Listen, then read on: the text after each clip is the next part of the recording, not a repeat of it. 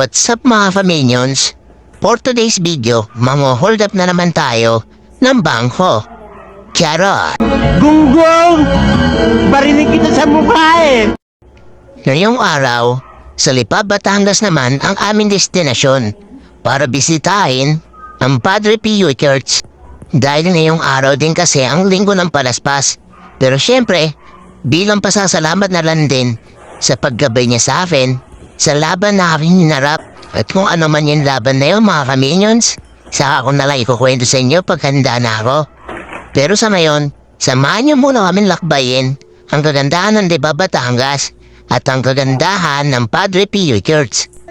Tara mga kaminions, samahan niyo kami. Let's go!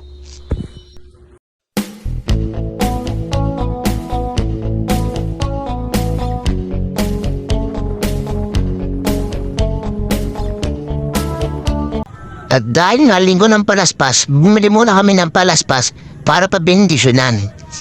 At sa wakas, nakarating na rin kami dito sa Padre Pio Church. Kaso sobra yung kaba ko. Kala ko daanan to papunta kay San Pedro. Ngayon nandito ako sa tahanan mo, aking ama. Gusto ko lamang sana magpasalamat dahil ginabayan mo ako sa laban ko at patuloy na ginagabayan mo pa rin ako sa laban na pinaharap ko.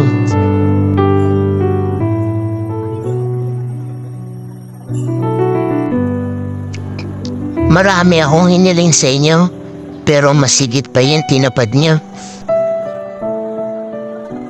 Walang hanggang pasasalamat, Ama.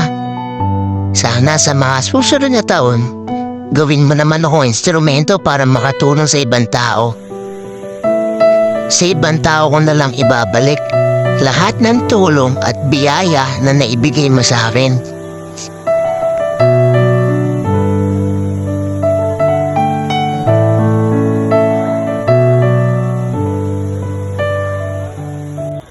Dito, nagtirig na nga kami ng aming kandila para sa iba naming kailingan. At nang matapos na kami magsimba, dumaan muna kami sa kantin na to. Isa daw to sa isang sikat na lumian dito sa Batangas. Medyo kutob na nga kami dahil hindi pa kami nag-aalmusal. At dito, napag-desisyon na namin, dito na lang kumain. At masarap daw ang mga putay dito. Di ba kuya? Peace ba?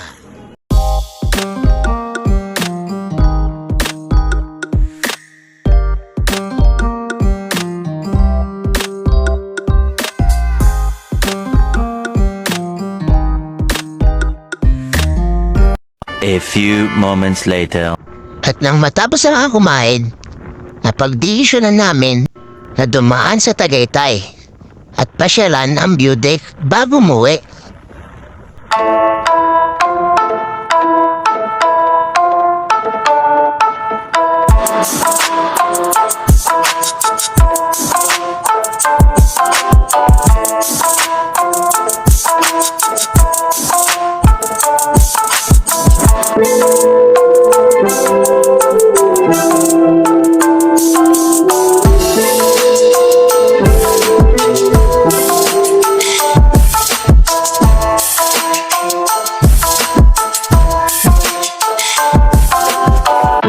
At nakarating na nga kami dito sa view deck ng Tagaytay.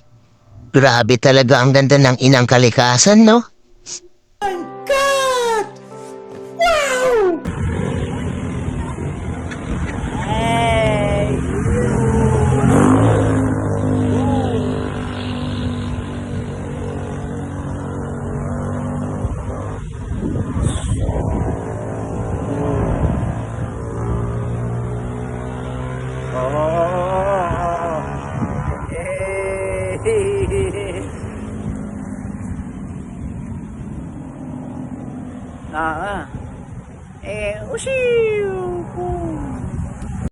So paano mga kaminions? Hanggang dito na lang. See you in next ride. Sana napasaya ko ang 4 na minuto ng buhay nyo. Hanggang sa mauli.